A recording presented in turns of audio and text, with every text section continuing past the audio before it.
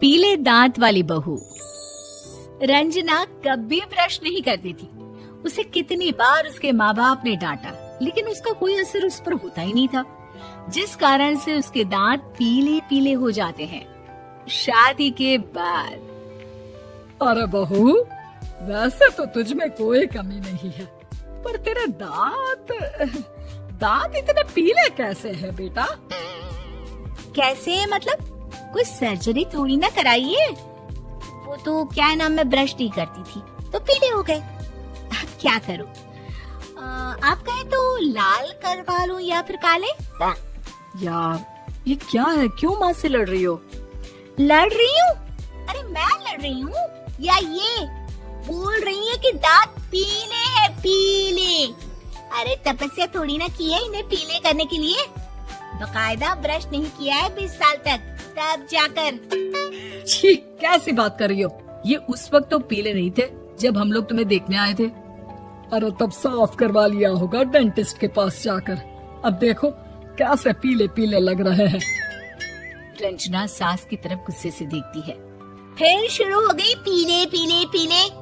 अरे पीले तो तब भी थे जब मेरे हाथ का रसगुल्ला उड़ा उड़ा कर खा रही थी और बोल रही थी, लड़की नहीं गुणों का खजाना दे रहे हैं भाई साहब आप।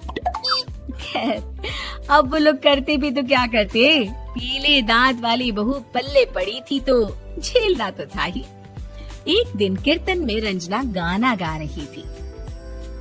अरे कमला बहन, माँ का द्वार है, यहाँ तो सब शुद्ध होकर आते हैं, फिर अपनी बहू को ब्रश भी नहीं करवाती तुम।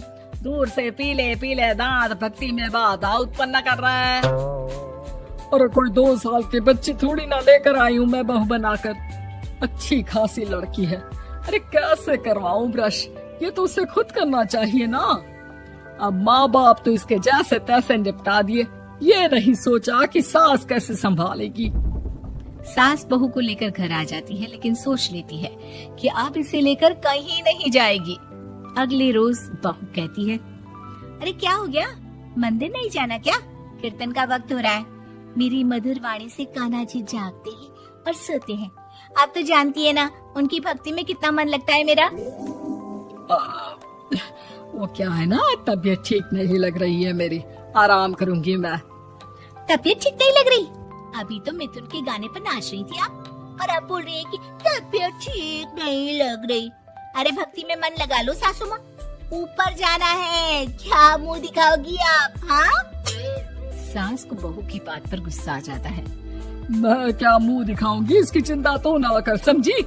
अपने मुंह की चिंता कर, जो ये पीले पीले दांत लेकर हर जगह पहुंच जाती है। पता है लोग कितना मजाक बनाते हैं। ना जी ना, मैं नहीं जाना कहीं तेरे साथ। तो ये बात है, कोई ना, मत जाओ, मैं अपने कमरे में ही बैठकर भक्ति कर लूंगी। ऊपर वाला दांत थोड़ी ना देखता है, मन देखता है, भावना देखता है। और अरे बस बस, तू सब कुछ दिखा, बस ये सफेद चमकदार दांत ना दिखाना किसी को, है? जा यहाँ से। बहू को सास की बात का कोई फर्क नहीं पड़ता, वो तो जैसी थी वैसी ही रह जाती है।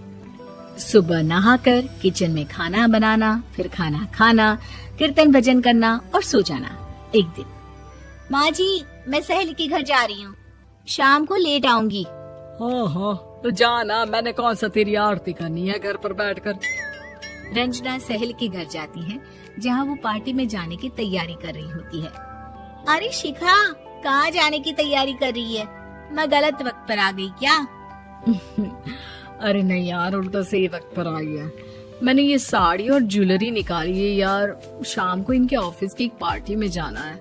बताना कैसा लग रहा है ये सब? नहीं यार, इस ड्रेस के साथ तो वो वाली ज्वेलरी अच्छी लगेगी। हाँ हाँ सही बोल रही है, मैंने ध्यान ही नहीं दिया। वैसे तो हमेशा से मस्त फैशन सेंस रखती है। तो बड़ा जाती होगी ना पति के साथ पार्टी में। रंजना कुछ नहीं बोलती, बस सोचती है कि यार काश ये बात सही हो जाती, पर मैं क्यों नहीं जाती पार्टी में? क्या इन लोगों की कोई पार्टी होती नहीं होगी? रंजना घर आती है और रात में पति से सवाल करती है, एक बात बताइए, आप मुझे किसी पार्टी में क्यों नहीं ले जाते? क्या आपके यहाँ ऑफिस में पार्टी नहीं होती?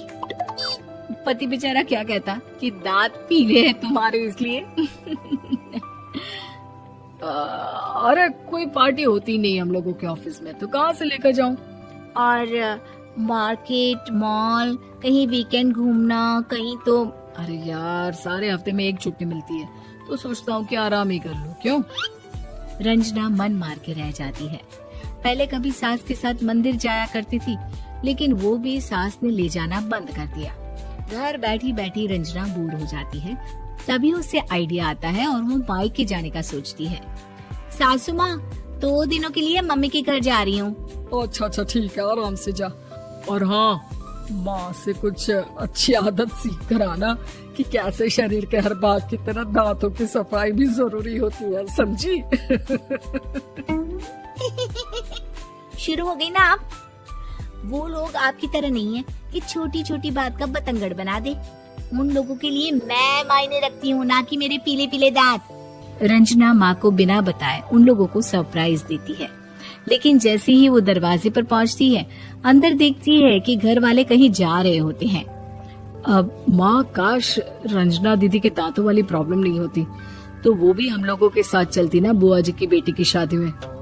हाँ बेटा, लेकिन अब उसे कौन समझाए कि उसको उसके पीले दांत नहीं दिखते, लेकिन उसके आसपास के लोगों को कितना एम्बैरेसिंग फील कराते हैं। मुझे तो कितनी बार उसके स्कूल की टीचर ने शिकायत की कि उसके साथ कोई लड़के बैठना भी नहीं चाहती, और ना ही कॉलेज में कोई उससे बात करना चाहता था। लेकिन पता नहीं क्यों उसे ये बात समझ में ही नहीं आती। कोई कमी नहीं है उस लड़की में, बस यही कि दांत पीले हैं। वो तो भला हो जीजा जी और उनकी माँ का, जो दीदी को जैसी है वैसे ही रखा हुआ है। रंजना को अपने घर वालों की बात सुनकर बहुत दुख होता है। वो सोचती है कि वो क्या करे, लेकिन फिर वो सीधा डेंटिस्ट के पास जाती है, अपने दांत चमकाती है और कसम खाती है कि वो रोज ब्रश करेगी। अरे क्या हो गया? तुम तो 2 दिनों के लिए गई थी ना, पर कोई ना, अच्छा है, चलो आ गई तो। रंजना सास के सामने आकर खड़ी हो जाती है और पूरी स्माइल करती है, उसके चमकदार दांतों को दिखाती हुई। चले मंदिर। माँ, मुझे माफ कर दीजिए, मैंने आप लोगों को बहुत एम्बैरेसिंग फील करवाया। मैं आज से रोज ब्रश करूंगी।